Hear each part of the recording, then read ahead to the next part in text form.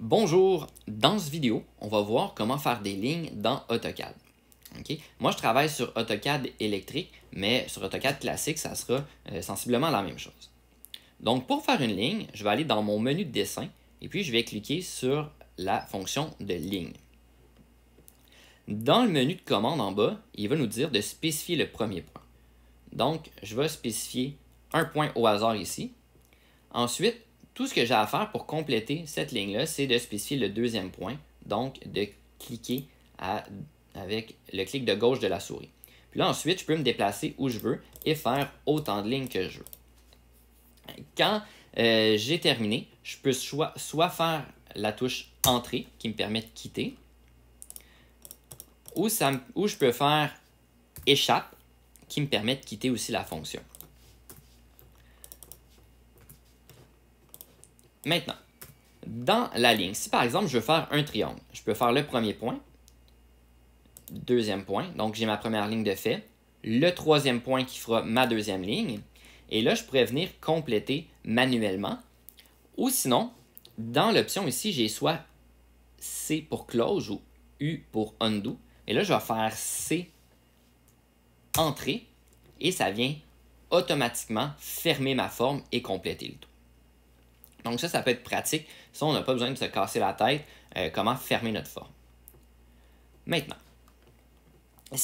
depuis tantôt, je fais des lignes de longueur approximative. Ici, je vois que le polar, je vois que j'ai un angle de 0 degré puis j'ai une grandeur de 53,2548.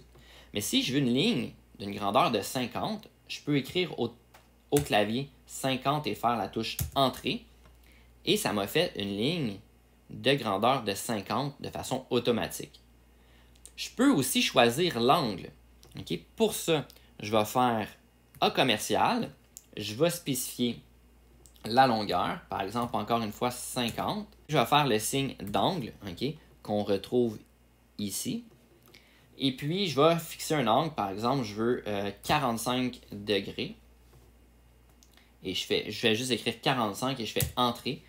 Et automatiquement, il va faire un angle de 45 degrés. Autre chose, quand on veut commencer une première ligne, ce que je peux faire, je peux donner des coordonnées. Donc, je préfère que ma première ligne, je veux qu'elle soit à 100,100,